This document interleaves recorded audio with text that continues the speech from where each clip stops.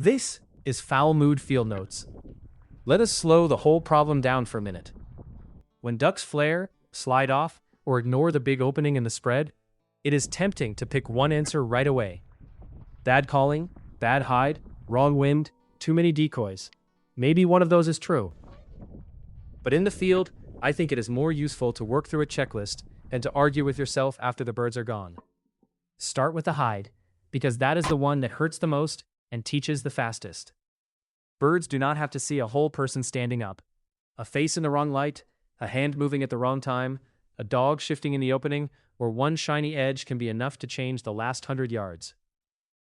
If the birds are close and then suddenly climb, I want to know what changed in the blind before I blame the spread. Were heads tucked down? Was anybody turning to watch? Did the sun move enough to light up the cover? Did the blind still look like part of the marsh from the bird's angle, not just from ours? That is the first field note.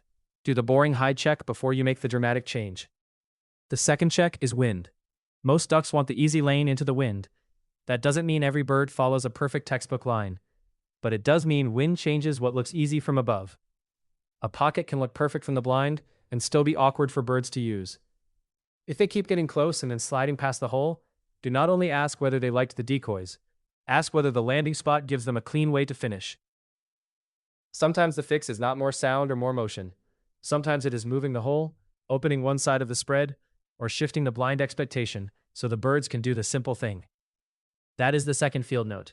If the finish is hard, the spread is not helping yet. The third check is calling pressure. Calling can absolutely help. It can turn birds, hold attention, and give a flock a reason to look back. But calling is not a volume contest. It is a response to what the birds are doing. If they are set, dropping, and already on the right line, the best move might be to let the picture work. If they fade, lift, or start sliding away, then give them a small reason to look again. The mistake is treating every pass the same. Louder is not always clearer. More is not always better. Watch the wings first. Let the birds tell you whether the call helped or interrupted them. That is the third field note. Call with a reason, then give the birds room to answer. The fourth check is the one a lot of hunters ignore because it looks too small from the blind. Tiny water can matter. A ditch, a flooded edge, a corner pocket, or a little strip through the grass can offer food, cover, and quiet water.